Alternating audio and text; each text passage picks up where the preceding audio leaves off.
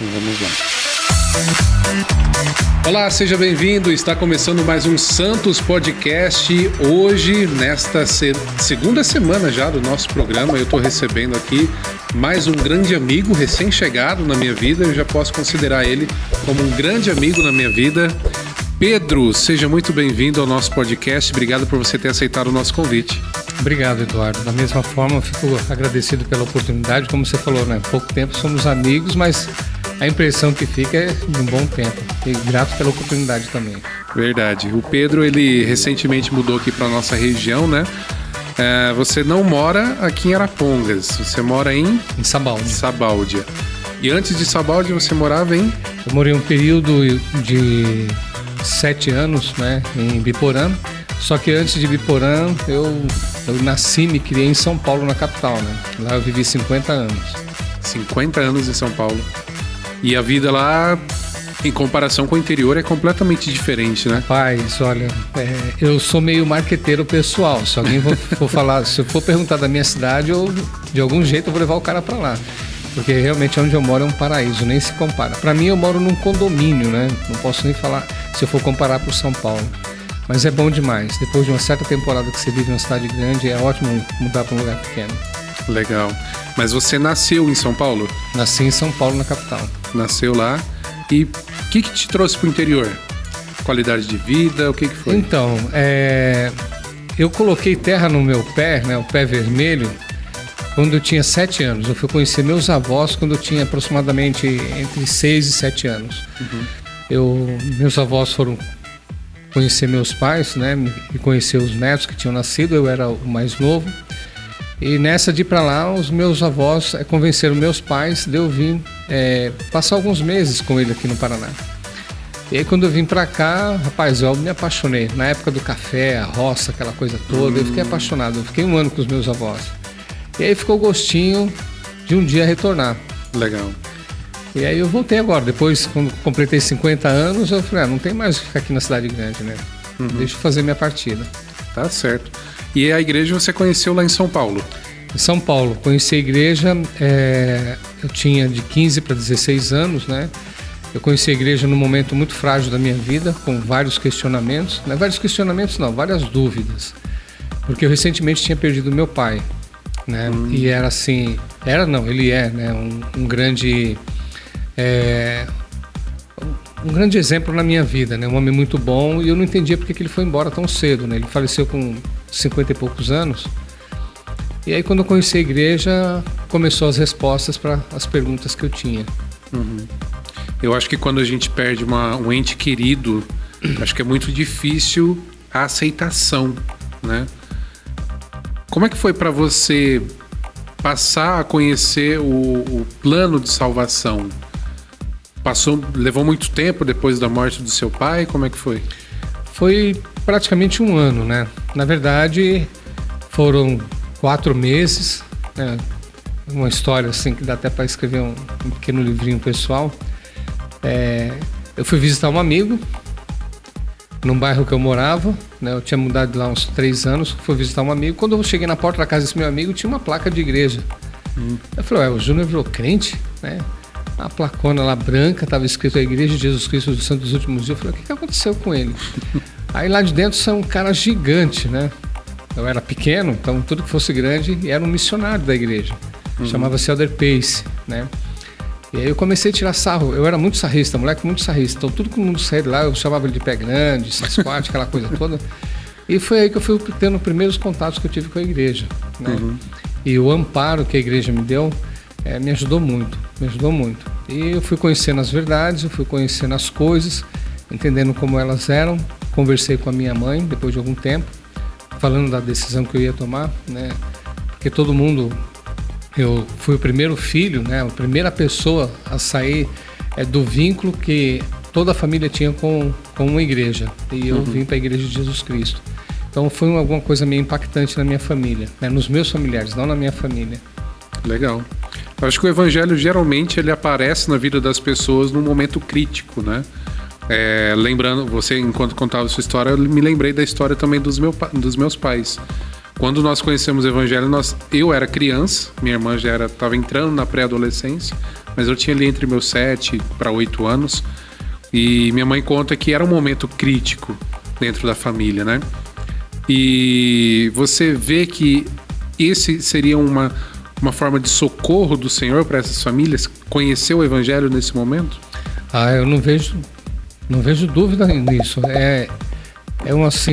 Não é uma tábua de esperança, não é uma prancha que vai te segurar no momento da sua vida, mas na verdade é todo o alicerce que você precisava para poder te sustentar dali para frente, né? Porque com a perda de um ente querido, você tem muitas dúvidas, né? E o pior que a dúvida faz é levar à descrença. Então, se você não for bem influenciado para o lado de Deus, você acaba criticando ele e penalizando um Deus que simplesmente deixou a coisa acontecer como tem que acontecer normal, né? Hoje eu entendo que, por exemplo, as causas de uma morte é a justificativa para que a vida se encerre, porque é um ciclo, né? E ajuda demais, dá-se um amparo, um apoio, uma esperança muito forte, né? E nós, como membros da igreja, não é só a esperança, dá o conhecimento certo que um dia nós vamos nos voltar a ver como família novamente. A gente vive esse momento ainda pós-pandemia, né? Saindo já da pandemia, onde muitas pessoas perderam seus entes queridos, famílias foram dilaceradas com essa doença, e ao mesmo tempo a gente vê milagres acontecendo, né? Graças ao Evangelho de Jesus Cristo. E eu tenho visto e ouvido muitas histórias como essa. E hoje você aqui na nossa região, você serve como presidente do Quórum, um chamado que cuida das famílias, né? Como é que você enxergou quando você recebeu esse chamado, essa designação para cuidar das famílias num momento, digamos, crítico da história? Foi assim, para mim foi uma surpresa, né? Esse chamado nunca tive a oportunidade de servir nele. Eu entrei nesse chamado e em seguida fui desobrigado, não fiquei nem meses nele. E na época era muito diferente de agora, né? Na época o presidente do Quórum tinha algumas atribuições, né? E agora é como se fosse assim, o que está à frente da equipe que vai carregar o piano, né? E quando eu fui chamado, eu fiquei muito preocupado justamente com isso, né? Como que as famílias estariam se sentindo num momento de isolamento? E como que elas precisariam se sentir próximas, né? E na igreja, como nós sabemos, né, e vivenciamos isso, eu tive que buscar a ajuda do Senhor. Literalmente chamado inspiração, né?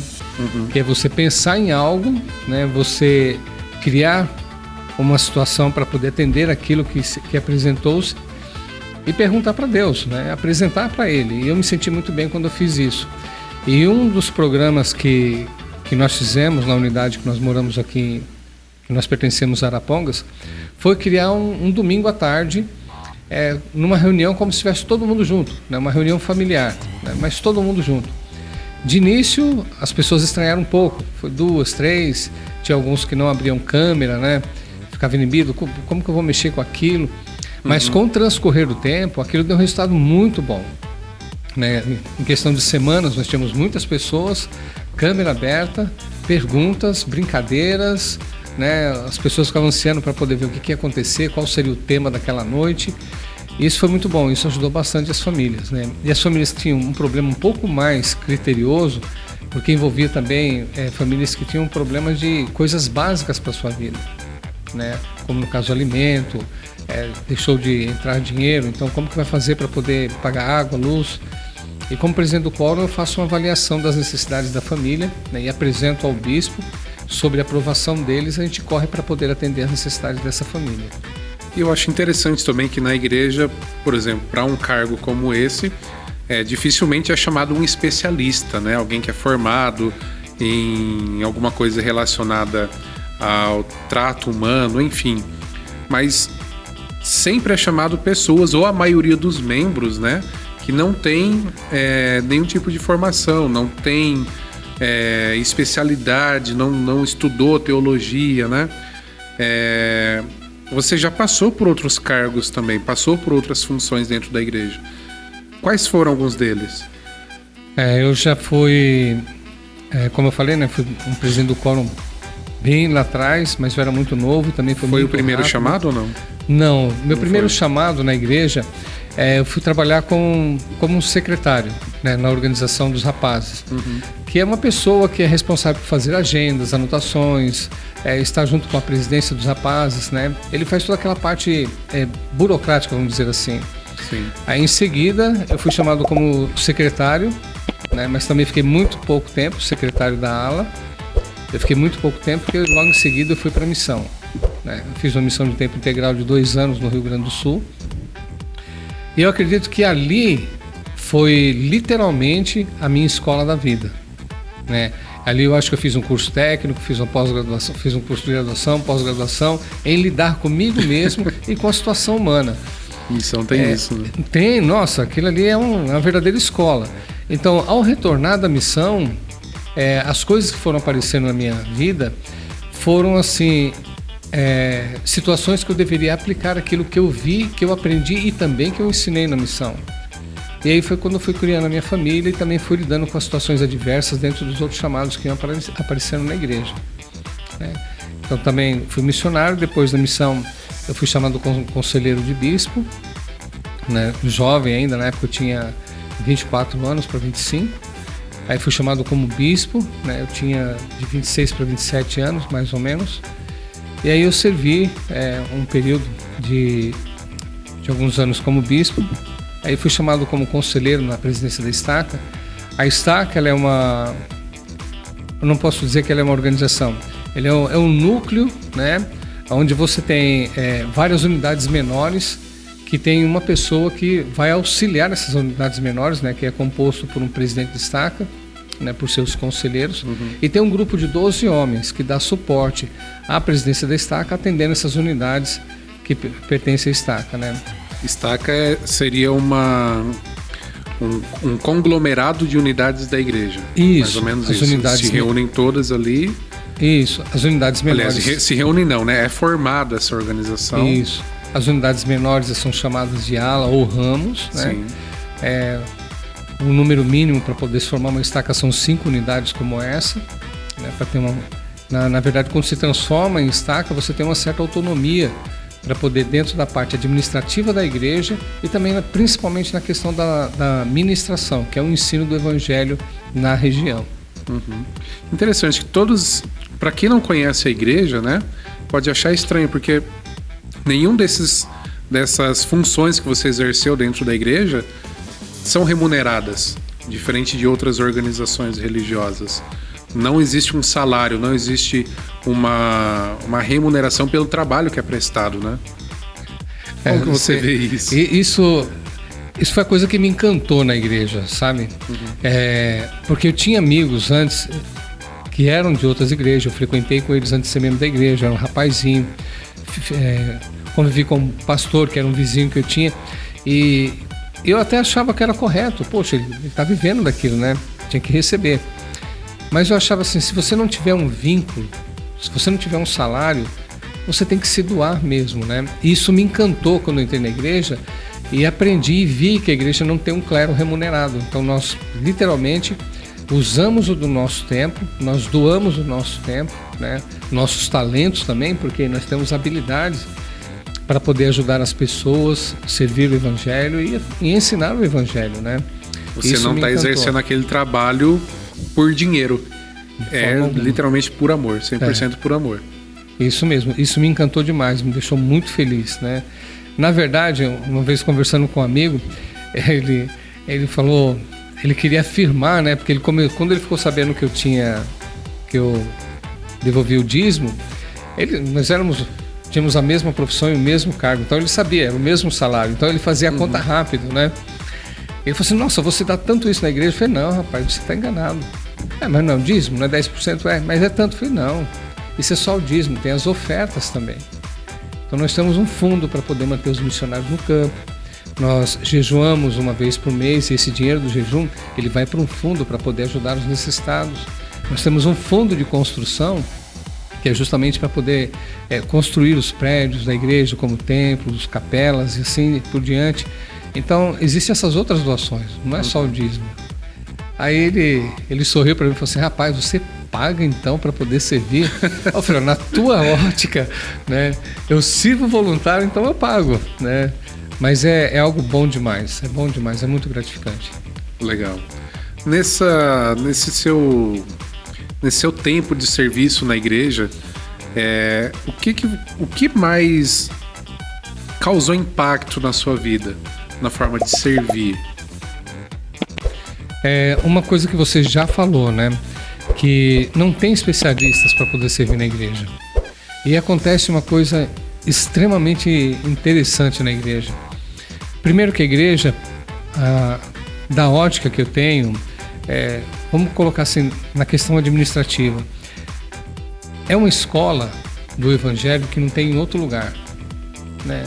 Ali nós formamos pessoas, as pessoas se formam, elas aprendem na prática e principalmente algo chamado revelação. Você se sente inspirado a fazer certas coisas.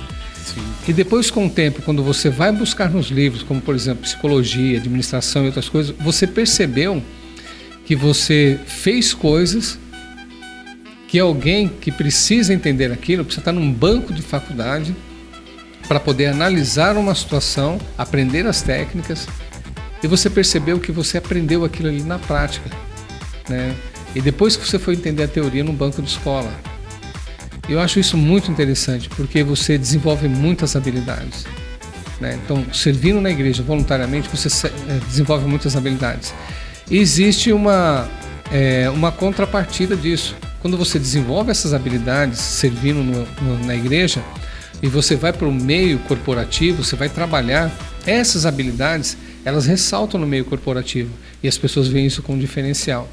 Então, profissionalmente também, eu me dei muito bem em todos os lugares que eu trabalhei, né? Justamente por causa disso. Essas competências que eu adquiri servindo no Evangelho, levei para o meio corporativo, tratamento de pessoas, gestão de conflitos, né?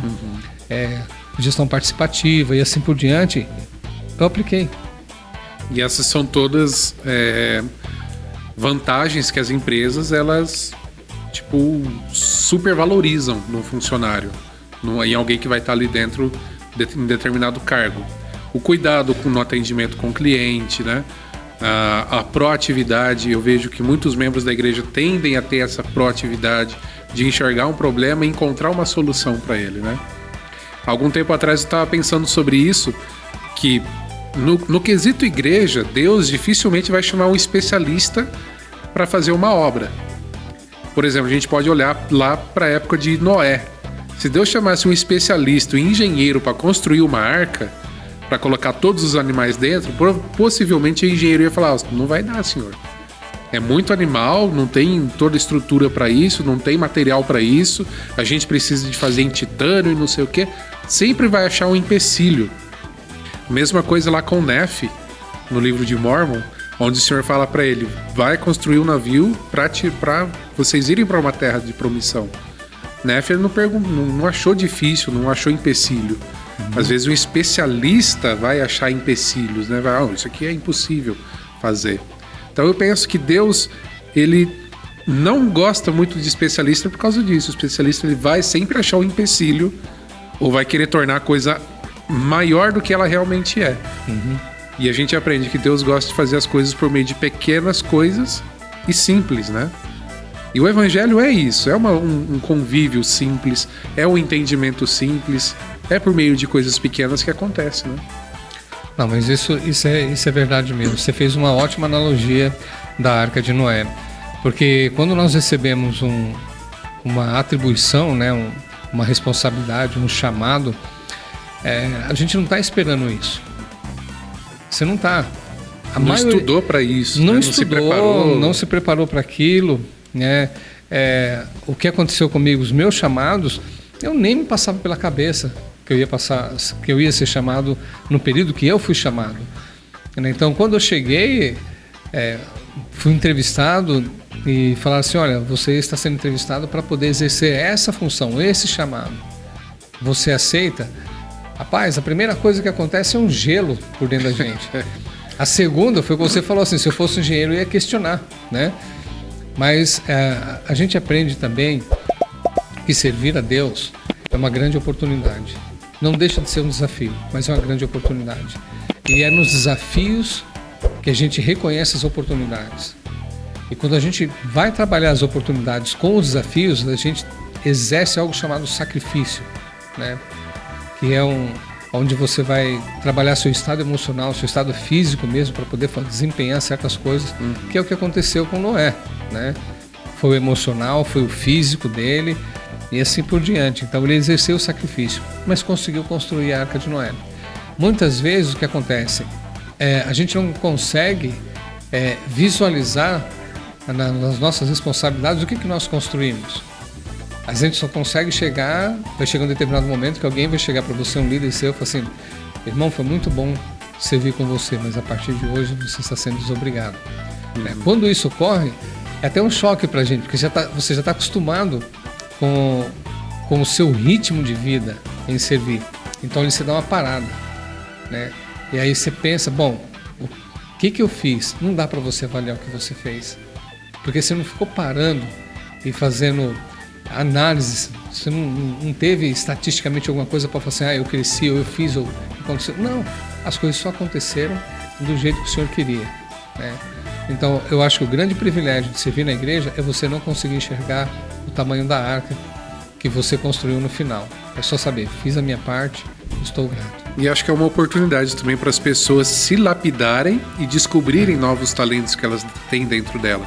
Às vezes está ali aquele talento, tá fechadinho ali, tá protegido, igual vamos supor, uma pérola dentro de uma ostra, tá protegida, né? Mas o que o Senhor ele quer é que essa pérola seja mostrada ao mundo. Ele muitas vezes diz nas Escrituras, né, que nós somos luz, e uma luz ela é colocada no alto para iluminar. Então, muitas vezes, essas oportunidades de servir dentro da igreja nos ajudam a reconhecer talentos que estão ocultos dentro de nós. Eu acredito que isso tenha acontecido contigo também, todos esses cargos e chamados que você passou. Não, isso é verdade. Tinha algumas coisas que eu achava que eu era meio incapacitado, né, profissionalmente. E uma delas era de vendas, né? E teve uma época da minha vida que eu tive que mudar de profissão. E eu pensei, poxa, o que será que eu sei fazer? E um amigo falou assim, você tem um jeito de vendedor, você tem pinta de vendedor. Eu falei, mas nunca? Como que eu posso ser vendedor? Nunca vendi nada, não sei. E um dia, aquilo ficou latejando em mim, e eu estava deitado na minha cama pensando, poxa, que perfil é esse de vendedor? Eu falei assim, poxa, eu exerci todas as técnicas de venda. Eu fiz tudo que um vendedor faz. Só que não teve um valor monetário para aquilo que eu fazia. Aí eu lembrei da minha missão. Que você oferece, você apresenta, você põe para a pessoa experimentar, você avalia se ela gostou ou não, a aceitação, né? E nisso você faz um vínculo com a pessoa, que é um vínculo de amizade, que é quando você apresenta o Evangelho. Quando eu pensei nisso, eu comecei a pensar de forma diferente. Aí eu fui testar se eu era um bom vendedor ou não. E foi uma boa época da minha vida, né? Financeiramente me ajudou muito, né? E também me ajudou a desenvolver outras características da minha personalidade, exercendo o papel de vendas, né? Então você desenvolve muitas habilidades. O relacionamento interpessoal também, eu achava que era uma pessoa muito fechada, e depois eu acabei descobrindo que é o oposto, eu falo até demais. Eu disparo às vezes para falar. E eu aprendi que eu gosto de fazer amizade, eu gosto de falar com pessoas, eu gosto de ter contato com pessoas. Então isso foi se desenvolvendo com o tempo e os chamados. São coisas novas que a gente descobre. Eu acho que a missão é o campo em que se descobre muita coisa, né? Eu mesmo, quando fui para a missão, na verdade eu fui, mas sem saber exatamente o que era uma missão. Quando eu cheguei lá é que eu fui entender o que era. Eu nem sabia que existia secretário executivo, secretário financeiro, só fui descobrir quando eu fui chamado para isso, né? E aí eu acabei desenvolvendo essas habilidades. Hoje eu uso aquelas técnicas de gestão que eu aprendi na missão com o meu negócio hoje, né? E estou sempre em constante aperfeiçoamento. Eu acho que tenho certeza, cada oportunidade que Deus dá de servir aos seus filhos dentro da igreja é para isso. Às vezes não é só para usar dentro da igreja, é para usar dentro com a família, é para usar nos negócios, é para usar no trabalho, né? Aqueles que trabalham em uma empresa, um negócio grande. Então o Senhor está sempre preocupado com como que os seus filhos vão se sair na vida. Ele quer o nosso sucesso, né? Sim. Você falando isso, eu lembrei de outra coisa também. A igreja, os chamados que existem na igreja, ele não tem uma posição assim de ascensão ou hierarquia, né? Tem isso maior ou menor. Isso é muito legal, porque o que acontece? Quando você entende como funcionam os chamados na sua vida e você aceita, você trabalha com eles, na sua vida pessoal você consegue entender que você se torna uma pessoa extremamente flexível para poder aprender e fazer outras coisas. Que nem na igreja você pode, por exemplo, um chamado como o meu, que é de responsabilidade com famílias, cuidar de famílias, um presidente do quórum. Mas nada impede, eu não sei o que pode acontecer domingo agora, eu chegar lá na igreja e ser entrevistado por um irmão que é superior a mim, né, o presidente da estaca, e falar assim: hoje você está sendo desobrigado e o seu bispo vai chamar você como um professor. Tranquilo. Olha, você vai ser chamado para poder cuidar do patrimônio, né?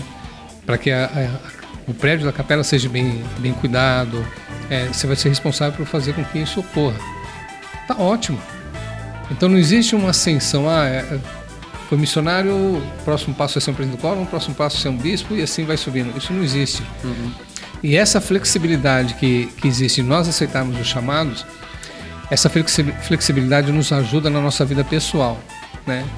Que seria a necessidade de você mudar de atividade, por exemplo, para poder manter sua família, ou se manter, né? Atualmente eu estou estudando minha 5ª profissão. Uau! Né? Então, é muito gostoso isso, porque você fala assim, cara, eu consigo. Eu já tenho algumas habilidades lá de trás que eu consigo agregar e consigo fazer algo diferente. Então você não se sente limitado. Que bacana. 5ª profissão já? 5ª. Caramba, qual que é? Bom, deixa eu começar lá atrás. Quando eu comecei a estudar, eu estudei no Senai. Meu pai foi um percursor muito legal na minha vida para poder me ajudar a entender as coisas. Eu nem sabia o que era Senai. E ele me apresentou o Senai. Com 14 anos eu entrei no Senai. Minha primeira profissão foi eletricista de manutenção. E quando eu estava fazendo o curso, eu falei assim, olha, eu não quero depender de ninguém. Se um dia der algum problema, eu estiver trabalhando e tal, der algum problema aí no país, eu consigo me virar sozinho. Então eu já pensava em ser autônomo lá. Certo. E depois da minha 2ª profissão, eu quis dar uma continuidade, né? Fui ser técnico em eletrônica. Aí de técnico em eletrônica eu quis dar uma sequência, né? Mundo eletrônico e tudo mais. Aí eu fui para a área de TI. Então foi logo quando estava se iniciando, falando nos primeiros cursos de bacharel em ciência da computação. Aí eu fui atuar nessa área, me formei com pós-graduação. Depois eu fui para ser um professor, né? Fui professor em 3 faculdades lá em São Paulo. Depois, por motivos de saúde, eu tive que abandonar a área, iniciar de novo, né? Aí migrei para a área de vendas, fui lidar com o meu próprio negócio, fui para a área de construção civil, né? E atualmente tem algo que tem me fascinado muito, já há muito tempo, né? Muito tempo mesmo. Eu gosto de mexer, eu gosto de estar trabalhando com a questão financeira, né? Eu gosto de guardar o dinheiro, saber para onde vai, como que ele funciona e tudo mais. Então, atualmente eu estou estudando mercado financeiro, né? Atuação do mercado financeiro, como que funciona essa estrutura financeira, como funciona a questão da nossa economia, né? Eu ouvi o pessoal falar muito sobre bolsa de valores, ações, como que esse negócio funciona? Então isso me trouxe assim um atrativo muito grande nessa faixa etária que eu estou da minha vida. E o interessante com isso que fez a minha cabeça trabalhar de forma diferente, me dar desafios diferentes, pensar de forma diferente, né? Agir com o meu emocional de forma diferente. E esse tipo de desafio eu gosto, porque são coisas novas, você está descobrindo algo novo, né? Dá aquele gelo na barriga. E aí, como que vai ser? Como que será o futuro? Mas o futuro que monta é a gente, né? Com base naquilo que a gente está aprendendo e fala, eu vou fazer. Então essa área que eu estou pesquisando, atuando, trabalhando. Está desenvolvendo. Estou desenvolvendo. Você acha que de todas essas profissões, qual é mais difícil? Olha, mercado financeiro, muita oscilação. O mercado ou a financeiro, eletrônica, não sei. O mercado financeiro, ele é muito interessante, ele é muito técnico, né? ele é muito técnico. Mas ele é um técnico que você compreende com uma certa rapidez. Mas o emocional é o mais difícil, né? Lidar com o mercado financeiro. E o emocional é mais difícil para lidar com o mercado financeiro, e ele justamente corre lá, a mesma pressão emocional que você tem com o mercado financeiro é a pressão emocional que você mexe com vendas. Né? Porque você vai ter uma meta, você coloca a meta para você tem um produto, você vai vender um produto, né? E você vai comprar produto para poder vender, ou você vai comprar uma matéria-prima para desenvolver um produto para poder vender. Então você está atuando nos dois lados, né? Compra e venda. Mercado financeiro é a mesma coisa, você está comprando e está vendendo. Então aquele emocional que fica mexido, né? Fica assim a flor da pele, ele é muito intenso. E o legal que eu acho nisso é você trabalhar o emocional, é você buscar o autocontrole. Falar assim, pera lá, eu consigo cuidar de mim, eu que tenho que dar as rédeas do comando, né? Não é o meu subconsciente me encher de medos e me limitar naquilo que eu preciso fazer. O medo paralisa, né? Demais. Se você já entra no mercado financeiro com medo de perder, a chance de perder é maior ainda. Com certeza. E isso também se relaciona nos chamados, Eduardo, porque o que acontece? Todo chamado que você recebe da igreja, independente dele, a primeira coisa que vem é medo. Sim. Medo. Mas medo do quê? Eu nem exerci, eu nem fui buscar, eu nem me ensinaram como é que funciona essa responsabilidade. Por que eu vou ter medo? Né? E o medo ele é bom porque ele te protege. É uma defesa do seu emocional para te proteger. Mas quando o medo ele te limita ao crescimento, aí ele é perigoso. Né? Então a gente tem que saber trabalhar com os nossos medos, os nossos temores. Eu vejo até que é uma preocupação da igreja, porque ela vem oferecendo cursos para que todos os membros possam ter essa resiliência emocional, aprender a lidar com as emoções, aprender a controlar isso. E mesmo que um dia tenha fugido do controle, a resiliência é isso, né? É igual um elástico, você estica ele e ele tem que voltar para a posição original dele.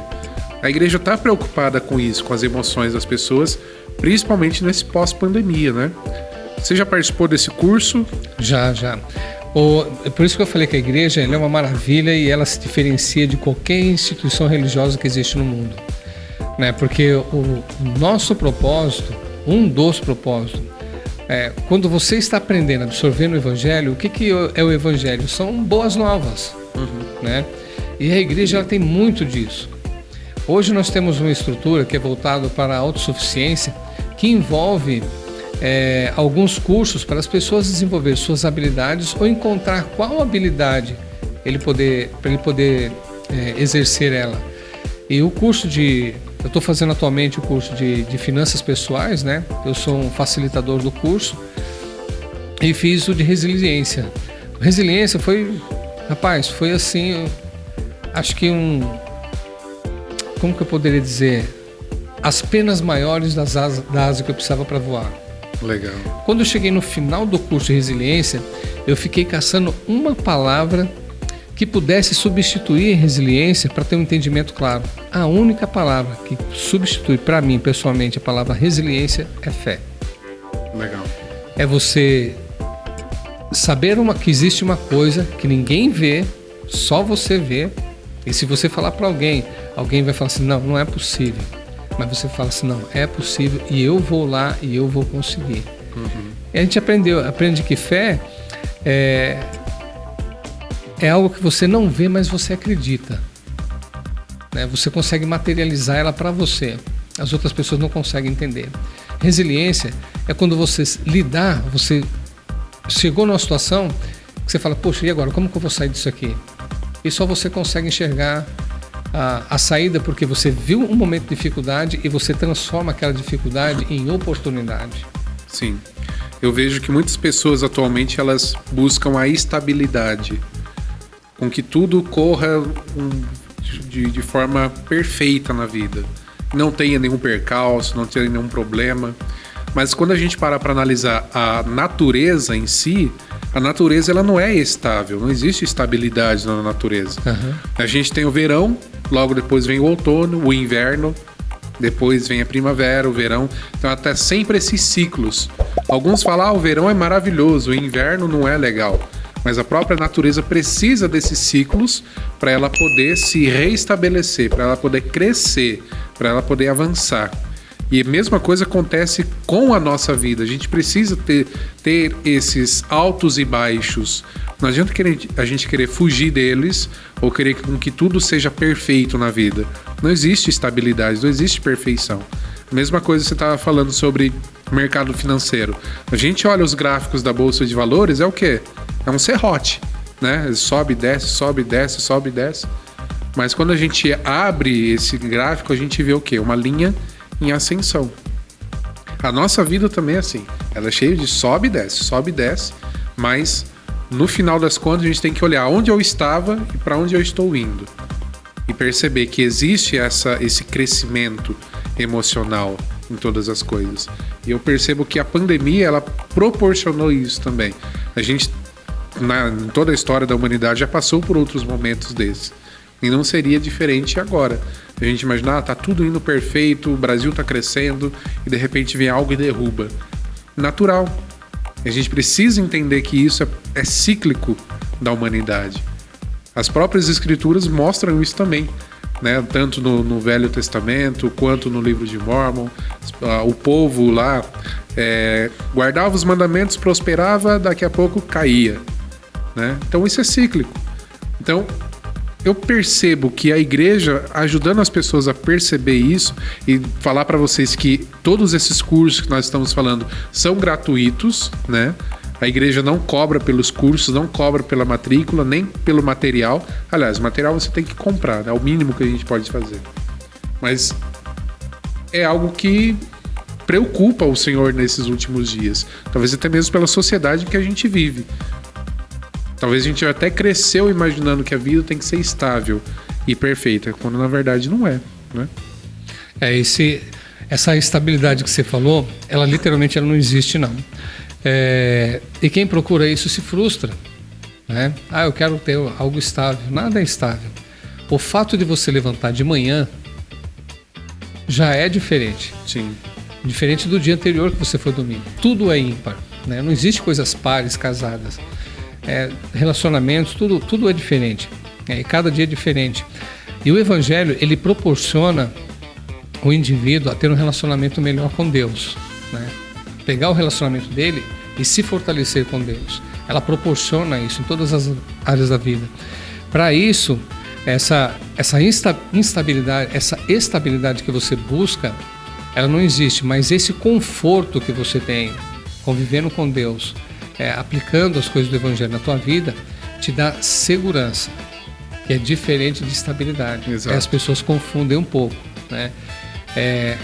Você consegue se manter você consegue se manter constante em meio às mudanças, né?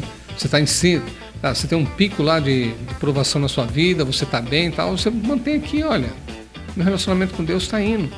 Poxa, Ele me ouve todo dia de manhã, Ele me dá forças. Né? A pandemia, ela pegou muitas pessoas, tanto membros da igreja como as pessoas no mundo em geral, deu uma sacudida nessa condição de estabilidade, né? Para as pessoas entenderem o que é segurança. Poxa, e agora? Meu mundo acabou, né? Em quem que eu vou me apegar? Tanto é que a pandemia começou, as pessoas antes da pandemia davam a impressão que estavam se isolando, né, por causa da tecnologia. Com a pandemia enfiou todo mundo dentro de casa. Agora vocês vão ver como família. E aí foi aquele desespero que a gente via nas reportagens, né? Mãe que falava assim, não aguento mais o meu filho, quando que vai voltar à escola, aquela coisa toda, né? Não sabia o que fazer com tanto tempo. Só que aconteceu, as pessoas na prática foram aprendendo sobre a resiliência. E foi pegando suas dificuldades individuais, suas dificuldades familiares, e foi se adaptando, foi criando algo melhor. Agora, com o final da pandemia, o que está acontecendo? Os meios corporativos estão entregando, muitas empresas estão entregando seus prédios. O home office é uma nova modalidade de trabalho. Porque o home office proporciona para a pessoa, né, para o indivíduo, estou trabalhando no aconchego do meu lar. Eu tenho tempo de ir na reunião da escola do meu filho. Eu tenho tempo de fazer uma compra com a minha esposa no mercado. Eu tenho tempo de fazer uma natação, uma caminhada. Você não perde aquele tempo se deslocando. Vou sair da minha casa, vou até o trabalho e vou voltar, pegar aquele trânsito terrível. Né? Aqui no interior a gente não tem tanto isso, mas ainda tem. Mas eu imagino que São Paulo seja pior ainda, pegar ônibus, metrô, se deslocar e tudo mais, né? É terrível. É terrível mesmo. Com isso, a pandemia também mostrou para muitas pessoas a fragilidade que ela estava, né? Tanto é que hoje nós temos uma classe profissional que é muito procurada, que são os psicólogos, e também fez com que muita gente também voltasse seu coração para Deus, né? Tanto é que, acho que recentemente você conversou com os missionários, assim, as mídias hoje têm feito que os missionários tenham muitos contatos, né? E os questionamentos, as perguntas, né, e as preocupações das pessoas são muito ligadas a esse período que nós vivemos de pandemia. Que é a solidão, como encontrar melhor Deus, como se fortalecer, como melhorar como pessoa. Não consigo me relacionar com outras pessoas, desculpa. Sem problema. E assim por diante. Acho que uma das preocupações da igreja é com a família. Não só com a família, mas principalmente o indivíduo, porque a família é composta por indivíduos. Então, se o indivíduo, seja o pai, ou a mãe, ou um dos filhos, esteja instável na vida, esteja com problemas emocionais, toda a família também é afetada por isso, né? E uma das preocupações da igreja sempre é a família, mas a gente tem ao mesmo tempo a promessa, né, através do Evangelho restaurado, de que a família é realmente importante para Deus. Não é à toa que nós convivemos em família, não é à toa que nós viemos, na verdade, de pai, mãe, e que nós devemos continuar esse ciclo, né? Enquanto o homem julga pela sua própria sabedoria que não tem que ser diferente. Como você vê essa mudança cultural na sociedade atualmente quanto à família? Essa tentativa de desfazer as famílias? Eu tenho muitas vezes conversado com isso com minha esposa em casa, que é algo natural. As pessoas buscar as coisas naturais, né? E isso, se a gente for olhar, como o senhor comentou no Velho Testamento, as coisas que quiseram mudar lá atrás e tudo mais. Olha, a família não tem como, nós que somos cristãos, não tem como dizer que não é essencial, ela é real, né? Tivemos nossos primeiros pais da nossa existência, Adão e Eva. Somos filhos, herdeiros deles, né? O que nós temos aqui é tudo que nós nos relacionamos faz com que a gente volte para a figura paterna e materna, né? As necessidades. Eu falo isso por mim, né? Que nem eu comecei a falar que eu conheci a igreja no momento depois que eu perdi meu pai. A figura paterna do meu pai, eu estou com 58 anos, ela está na minha mente, e é como se eu tivesse ainda 14, né? Então, alguns princípios, algumas atitudes que eu consegui moldar na minha vida foi vendo como meu pai atuava, né? Foi vendo como que a minha mãe atuava. Eu falei para minha esposa, quando nós nos casamos, eu falei assim, eu quero imitar o casamento dos meus pais. Porque eu via meu pai, trabalhava a semana inteira, minha mãe também, chegava no sábado, os dois cuidavam, limpavam da casa e tudo mais, tal. Eles não eram membros da igreja. No domingo à tarde, meu pai limpava o chapéuzinho dele de aba e aquela coisa toda, dava um trato na bicicleta, limpava o sapato. Quando era 3 horas da tarde, ele pegava minha mãe e falou assim, nós estamos indo pro forró, viu? Se cuidem, que mais tarde a gente volta. Quando eram umas 7, 8 horas da noite, os dois voltavam.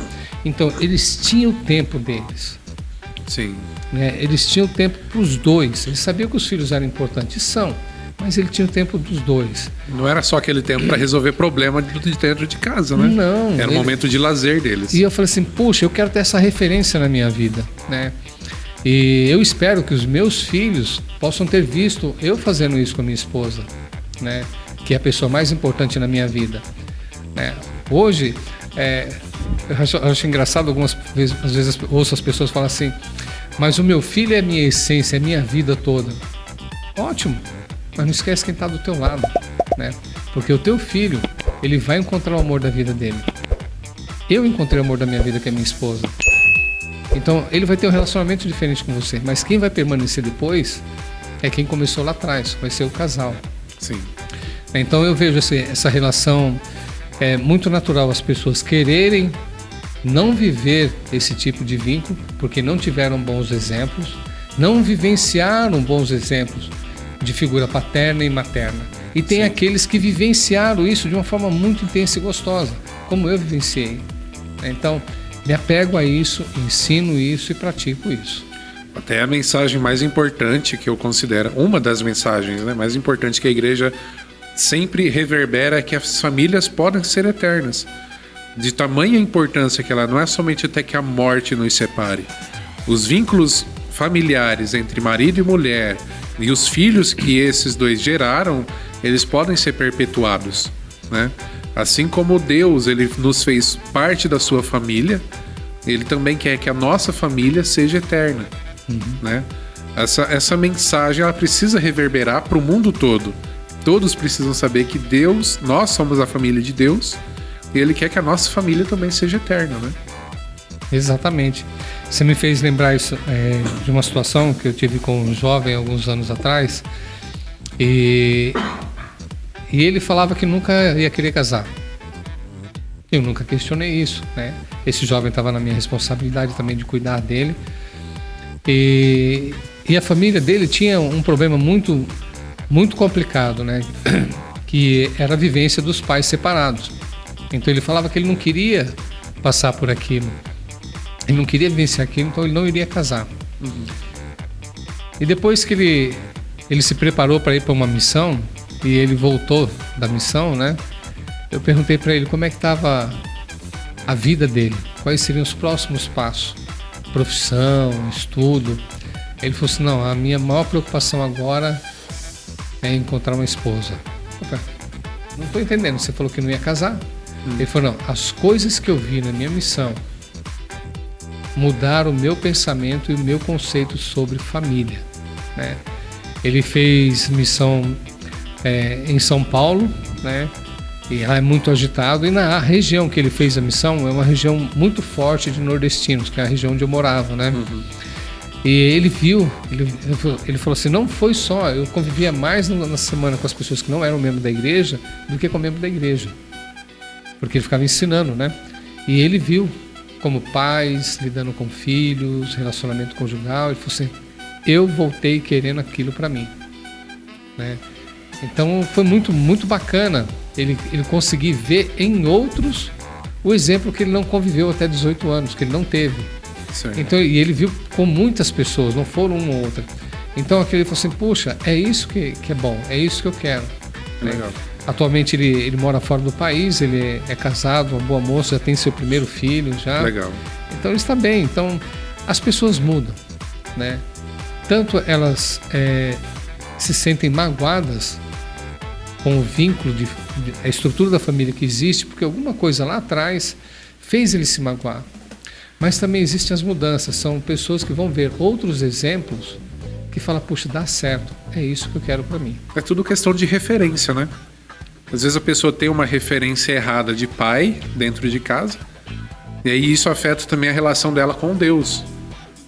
Que ela imagina que, como Deus é uma figura masculina, ela acha que Deus vai ser que Deus é a mesma coisa que o pai terreno dela. E ela precisa mudar essa interpretação que ela tem de Deus. A mesma coisa o casamento. Há pessoas que passaram por casamentos difíceis. Eu mesmo passei por um divórcio que foi complicado, né? Mas o plano de Deus, ele é tão grandioso que ele nunca vai negar uma bênção para um dos seus filhos. Eu acho que basta com que a gente busque com seriedade e fé essas bênçãos, né? Sendo o mais fiéis possíveis, se esforçando o máximo possível por guardar os mandamentos, e com certeza Deus vai nos dar essas bênçãos. Claro que exige também o esforço das partes envolvidas, no caso de um casamento. Marido e mulher têm que ter cumplicidade um com o outro para que possa dar certo. Cumplicidade, como você disse mesmo, do seu pai e da sua mãe, de irem para um forrozinho, ter um momento de lazer deles, né? É o casal fazer aquilo que gosta, encontrar aquilo que realmente vai dar alegria e prazer no casamento. Casamento não é só um fardo. Ah, vou resolver problema, tem que casar, tem que comprar carro, tem que ter casa, tem que ter filhos. Não, casamento é algo para ser prazeroso também, para se viver. É algo que tem que dar alegria todos os dias para se acordar e ter ânimo para viver aquilo, né? Então começa pela escolha da pessoa. Um dos líderes da igreja disse há não muito tempo atrás, acho que foi até o presidente Hinckley, né? Que disse: faça a sua escolha com amor e ame a sua escolha. Então não existe essa questão de o amor à primeira vista, a pessoa eleita, que não é com que vai se casar. Né? Eu não sei se você considera isso. Como é que foi com a Cláudia? Foi amor à primeira vista ou não? Rapaz, eu não sei. Eu não sei se foi amor à primeira vista, não, mas eu sei que eu sabia o que eu queria. Né? Só que os atributos naturais para mim não foram muito bons. A natureza judiou um pouquinho de mim. Mas depois eu descobri que ser feio é muito bom, né? Porque você está protegido. Você está protegido, então você não vai ter assédio, né? Não vão ficar em cima de você. A minha esposa foi assim, eu a vi, né? Na época ela namorava com um amigo meu, né? Sou muito grato. Eu tenho o melhor amigo do mundo, rapaz. O homem preparou uma esposa para mim, né?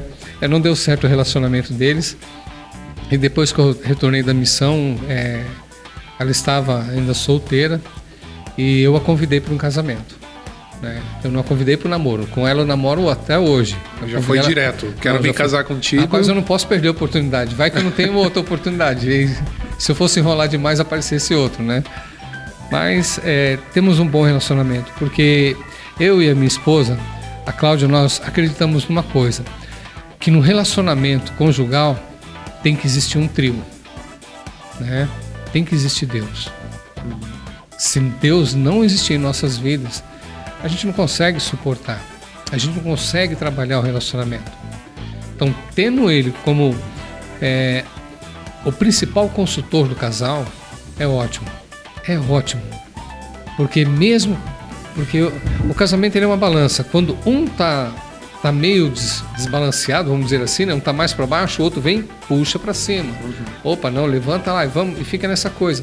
Só que quem tá no eixo aqui dessa balança? É Deus, cara. Ele tá ali e fala assim, não, vai dar certo. A única coisa que precisamos é ter um bom relacionamento com Ele. Deus, Ele nunca se afasta da gente. Nunca. Nunca, nunca, nunca. Como você falou, né? Ele é a figura paterna, Ele é um pai. Ele não desampara a gente. O que acontece muito, nós como filhos, somos rebeldes. E muitas vezes queremos fazer do nosso jeito, da nossa forma, e deixamos ele de lado. Né? E achamos que está certo. E ele está ali e fala assim, olha filho, fala, pergunta, né? Pergunta. E a gente não, quer fazer do nosso jeito. Aí quando a gente se dá mal, volta para ele, puxa pai, dá para me ajudar? Ele fala assim, então vamos conversar um pouquinho. E é onde você entra com aquele processo do arrependimento, se arrependa daquilo que você tenha feito de errado e procure se conciliar. Então, para mim, um bom relacionamento conjugal, ele está literalmente alicerçado com Deus. Bacana. Eu sempre vejo que Deus, ele não se importa com o que a gente faz de verdade. Ele sabe que na nossa condição humana, o pecado ele faz parte da nossa vida. Então ele já preparou Jesus Cristo justamente para isso.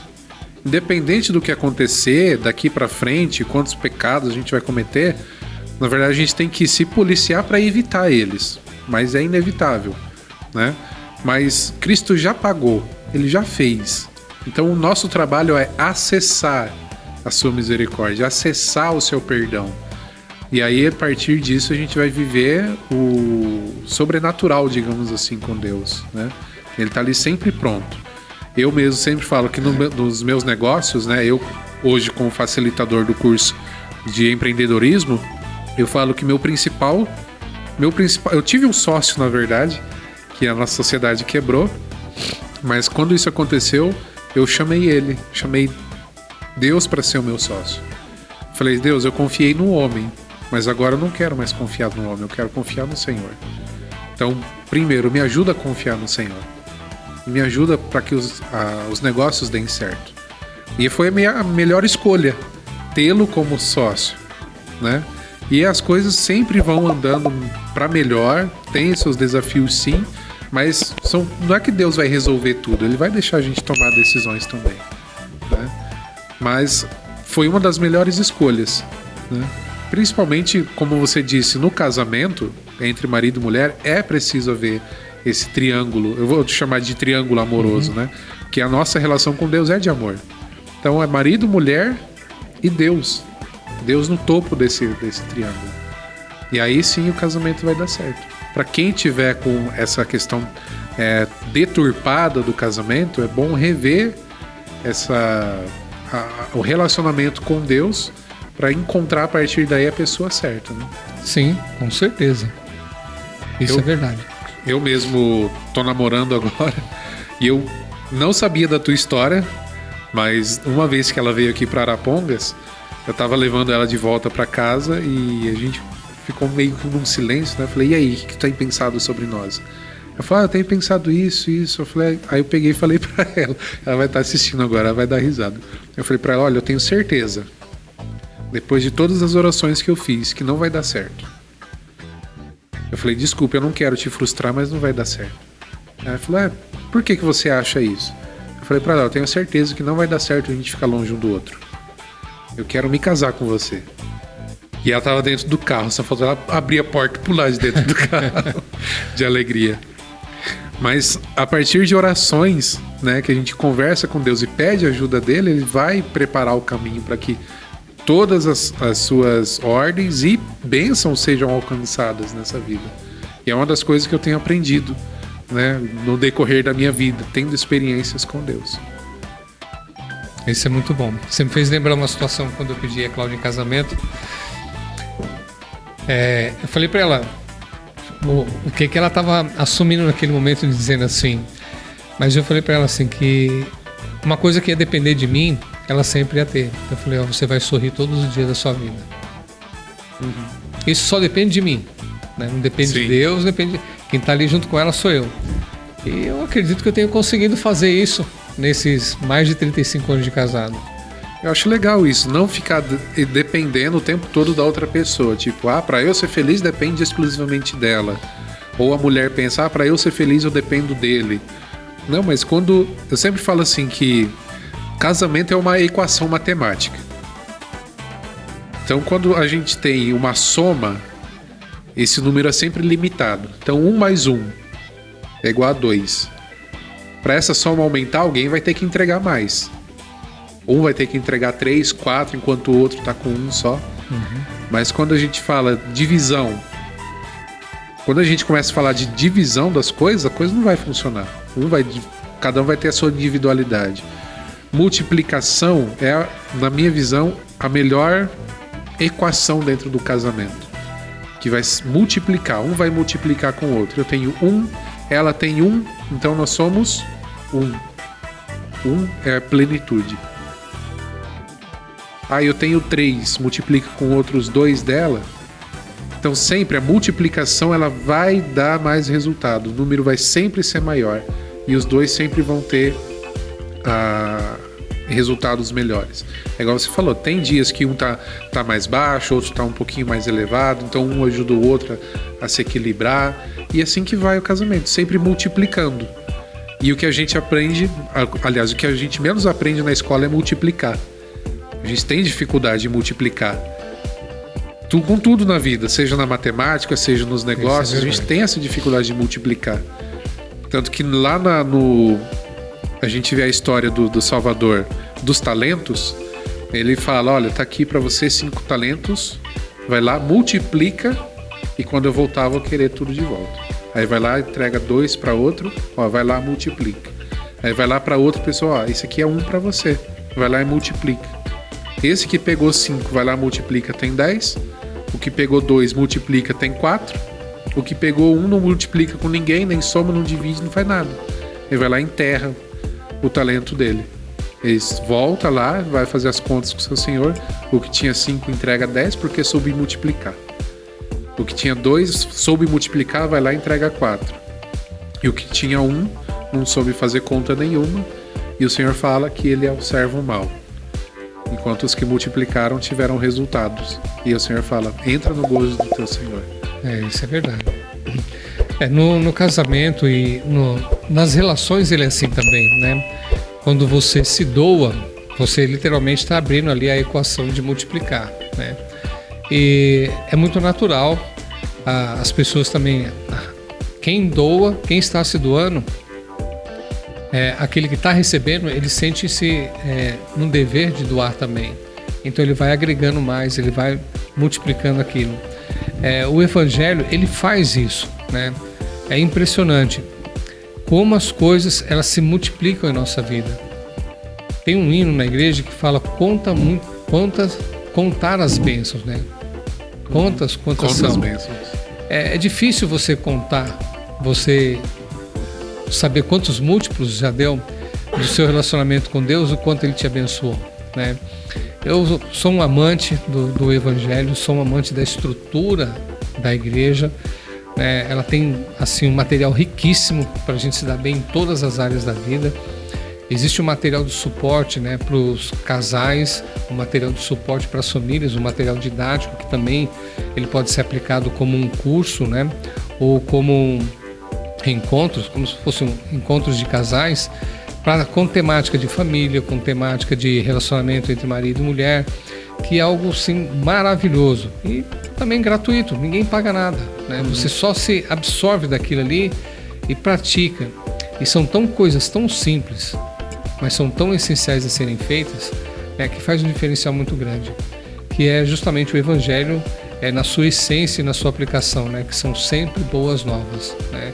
Exato. E estamos aqui para poder aprender, para poder melhorar, para poder mudar também. Alguém comentou até comigo, Pedro, essa semana, que falou que faz tempo que não tem um evento para casais na igreja.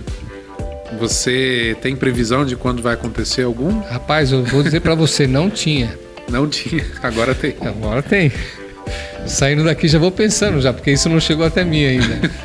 Já fizemos um para as irmãs, fizemos um para os irmãos, agora fazer todo mundo junto. Tem que juntar os casais aí. Rapaz, vai ser rápido. Antigamente não, antes da pandemia, né? A pandemia tem o antes da pandemia e o depois. Sim. Agora, né? Mas antes da pandemia tinha essa questão das atividades de casais, da igreja, baile de casais, jantar de casais, promovido ou aqui pela ala ou pela estaca, mas sempre tinha. Mas eu acredito que agora é questão de tempo para tudo se organizar novamente e novos eventos começarem a acontecer, né? Beleza. E tudo isso, para você que não é membro da igreja e está ouvindo a gente falar aqui, é tudo gratuito. Não existe venda de ingresso para arrecadar dinheiro, não existe nenhum tipo de arrecadação ou contribuição, exceto na igreja, que são os dízimos e a oferta que você falou antes, né? E é justamente para isso que esse dinheiro alçado serve, é para manter a funcionalidade da igreja e também para se realizar momentos de descontração, de lazer para todos os membros, né? Isso mesmo. E vai ser uma grata oportunidade de poder os amigos vir nos visitar ou visitar uma unidade da igreja perto de onde ele mora, né? Para poder bater um papo, que nem a gente está conversando aqui, bater um papo sobre, olha, eu quero conhecer um pouco sobre a igreja, como que funciona aí, né? E poder entender um pouco mais vendo a estrutura pessoalmente. Com certeza. A gente sempre deixa aqui embaixo do vídeo o link para você entrar em contato com a igreja. Então tá aqui o vindeacristo.org, clica aí e você já vai ser direcionado para um formulário, coloca lá os seus dados e alguém da igreja mais próximo de você vai entrar em contato. Então tá aqui o link, é só clicar, deixa os seus dados, deixa aí seu nome, telefone, onde você mora. Alguém próximo de você vai entrar em contato e vai te levar para conhecer a igreja, uma capela, alguns missionários, com certeza, e os missionários sempre têm uma mensagem importante para compartilhar com você, independente da sua região onde você mora. Eles estão aí justamente para isso, para servir.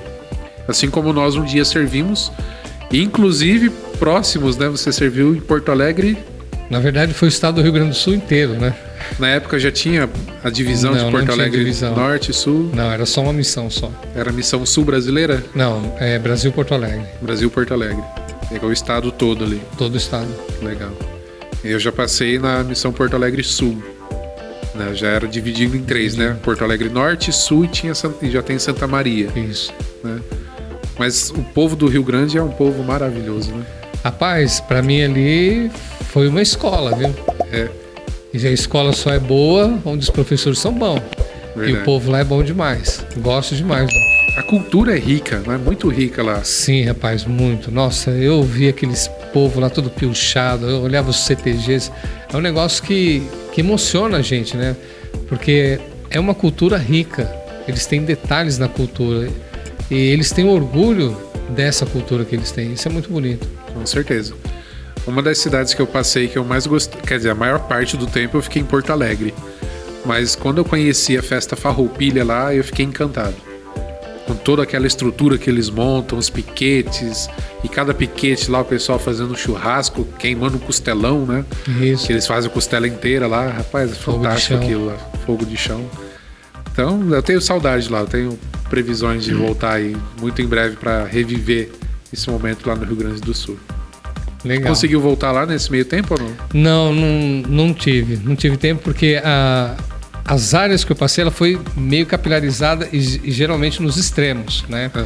E ir para lá, você tem que ir com carro e com tempo, né? Então tempo a gente que faz agora, tá? Eu e a esposa, então agora deixa só estabilizar financeiramente por causa da pandemia e a gente vai para lá para poder fazer um tour na missão. Legal. Agora tem cidade turística lá, Gramado, Canela, eu não conheci. Não era a área da minha missão. Também não era da minha. Quem sabe eu quero voltar lá para conhecer essas cidades turísticas. Sim, mas eu tenho muita vontade de ir para a região de fronteira e o centro do Rio Grande do Sul ali também, que é Santa Maria, a região ali. Porque foram lugares assim muito marcantes, né? Aliás, o Rio Grande do Sul inteiro, a paisagem dele é muito impactante na gente. É outro país, praticamente, né? É muito gostoso lá. Legal. Pedro, muito obrigado pela sua presença aqui hoje, obrigado pela conversa e também pelo seu testemunho com relação ao Evangelho, pelo seu serviço. Nós somos muito gratos, né? E esse podcast tem como objetivo ajudar as pessoas a fortalecerem a sua fé e testemunho em Jesus Cristo, e também aqueles que não conhecem o Evangelho, de que a gente possa fazer um convite para que eles venham e vejam, né? E quem sabe façam parte também desse Evangelho restaurado. Mas para a gente finalizar aqui, que mensagem você gostaria de deixar para aqueles que ainda não fazem parte do Evangelho restaurado de Jesus Cristo? Olha, é um lugar que não tem como a gente explicar como que é você se sentir lá dentro. Pensa num clube, né? Pensa numa escola. Pensa num lugar onde você quer um pouco de paz, mas que você quer ter pessoas sorrindo com você, quer ter amigos, né? Eu vejo a igreja assim, né? Dê a oportunidade de tirar a sua curiosidade. Vai na igreja, vai dar uma olhada lá, olha como é que é. Ou então procure alguém da igreja, se não achar um missionário na sua cidade, procure alguém, né? Para poder bater um papo, saber como é que é, né? E você vai se encantar, assim como eu me encantei. Eu fiquei assim, muito impressionado mesmo. E às vezes algumas pessoas falam histórias, né, sobre a igreja pra gente. Então a melhor coisa é a gente aprender por nós mesmos. Vai lá e tira suas conclusões, veja como é que é. E nós temos todo um material de apoio para poder auxiliar as pessoas, tanto no critério do próprio evangelho mesmo, como em outros materiais para poder, que nem você mesmo falou, nos cursos que nós temos para poder auxiliar a comunidade. Exato. Antes mesmo, um pouquinho antes da gente começar a gravação, eu perguntei pro Pedro, tem algum assunto que você não gostaria de falar? Ele falou, rapaz, a minha vida é um livro aberto dentro da igreja. Enfim, a história da igreja também é um livro aberto. Para quem quiser pesquisar, a igreja fornece os materiais, pode estudar, pode conhecer a história da igreja, desde os primórdios, né? Até mesmo antes de Jesus Cristo, a história da igreja se envolve. Tanto que não é uma igreja reformada, é uma igreja restaurada. É a mesma igreja que o próprio Salvador fundou.